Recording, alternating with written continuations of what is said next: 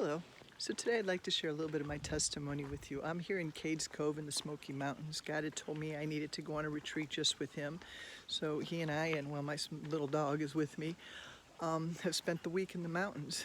And I'm right now at a little primitive church. It was built in 1827, a Baptist church that has become a very big part of my testimony.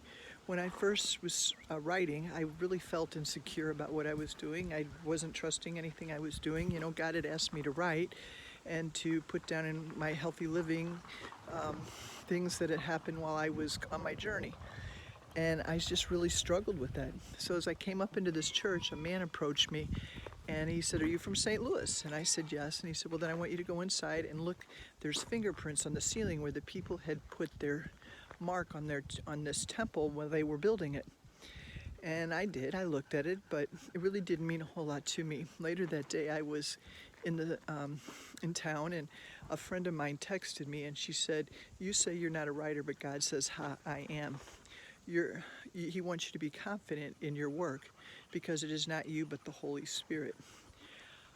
Your mistakes are the fingerprint seal on his word.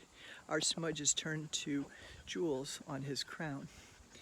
And again, I was like, okay, this is kind of cool, and at least it brought some sense to what this man had just told me, but I still didn't get the full gist of it until about a year later, when I was finished writing the content of my book about healthy living. And then God said that he needed me to now break it down into a temple and to show the different parts. And you know, as I look back, I'm like, wow, these people that were here were leaving their fingerprints on a physical temple, whereas I'm leaving my fingerprints on a spiritual temple. But what's really cool about all this is every one of us has that ability to do that. We can all leave our fingerprints on our work. We all have a calling. We all have a purpose in life. And God is using each one of us when we trust him. But you know, this is still only part of my story. There's sure a lot more to come, because God only gives us little snippets of what we need to do. Because sometimes if he would do it all at once, I think we would run the other way and we would never even do what he's asking us. But so if you take a look at this church, if I can give you a little view again, it's pretty primitive. It's not a whole lot there, but it served its purpose. And it did a lot for bringing people to God, getting to know the Word. And so what we're doing doesn't have to be huge. It doesn't have to be spectacular. It doesn't have to, draw a lot of people. Sometimes our just touching one person can make all the difference in their life and give them eternity. So each one of us has that purpose. One last thing I want to show you is if I can get it down so you can see, is you can see the footings of the church.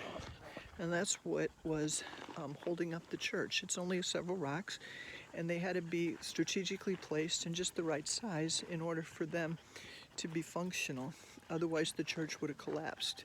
But this church lasted for many, many years because it was sound. And that's the same thing with our faith.